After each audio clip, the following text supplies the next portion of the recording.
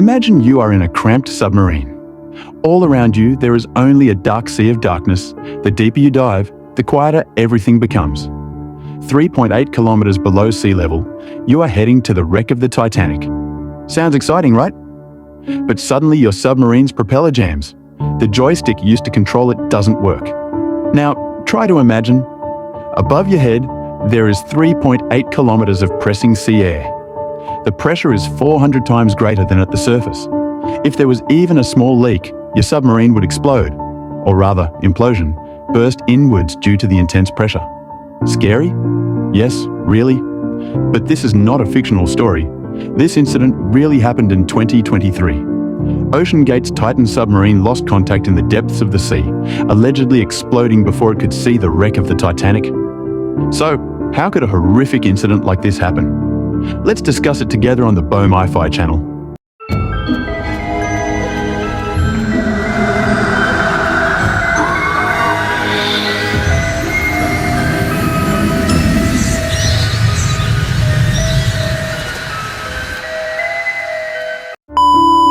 OceanGate is a company that created the Titan submarine. Not only do they build submarines, but they also offer unique journeys to some of the most dangerous places in the world, like touring the wreck of the Titanic at a depth of 3.8 kilometers in the Atlantic Ocean. The company was founded in 2009 by an ambitious entrepreneur named Stockton Rush. Initially, the company operated 3 submarines capable of carrying 5 people, with missions ranging from site surveys, scientific research, film production, and deep-sea explorations at depths of up to 4,000 meters, or 4 kilometers. Surprisingly, there are many wealthy people out there who are willing to pay a hefty sum for the chance to dive to the ocean floor, even if it's just to look around. The rich, of course, do what they want. Want to see the Titanic wreck in person? Sure. OceanGate had conducted hundreds of dives all over the world, and one of the most popular expeditions was to see the Titanic wreck. The cost for such an expedition isn't cheap, around $250,000, or about 3.7 billion rupiah per person. With that kind of money, you could travel across continents, but for those eager to see the Titanic wreck firsthand, that amount seems worth it.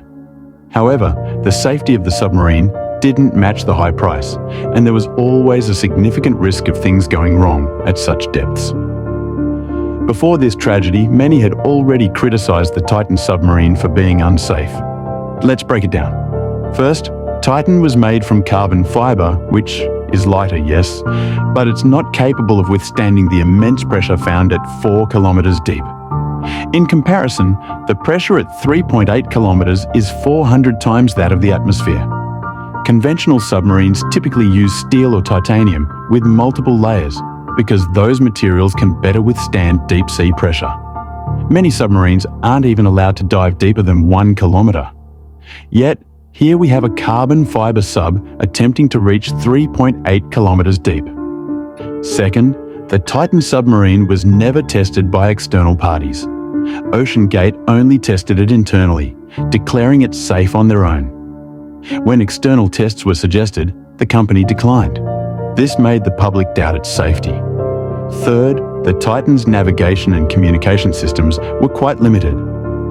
While most submarines are equipped with radars, periscopes, steering mechanisms, and sometimes torpedoes, which weren't needed here, Titan was controlled using a simple joystick. It seems risky. What if the joystick got mixed up with one from a gaming console? Fourth, the oxygen ventilation system on Titan was powered by limited batteries. If there were a battery failure or the submarine couldn't surface, rescuers would have limited time to save the passengers trapped deep in the ocean. Some employees at OceanGate had actually warned their superiors about the high risks of the Titan. But instead of addressing these concerns, Stockton Rush, the CEO of OceanGate, brushed them off, saying that safety was a waste of time. He believed that if you only want to be safe, you should just stay in bed or not drive. In other words, he thought all activities had risks, which, of course, many people found to be an absurd statement for a CEO to make. It's pretty alarming to hear that Rush even had interns from Washington State University build critical components of the submarine. One intern even admitted that they designed and implemented the electrical system for the sub, and it worked, although it wasn't exactly reassuring. David Lockridge, who was OceanGate's Director of Marine Operations and in charge of safety and maintenance, also raised concerns. For instance, he believed the sub's windows were too weak to withstand deep-sea pressure. But instead of fixing the flaws, Rush fired Lockridge. Let's get back to the submarine. The Titan was scheduled for an expedition in 2023, and 4 wealthy passengers signed up: Hamish Harding, Paul-Henri Nargeolet, Shahzada Dawood, and his son, Suleiman Dawood.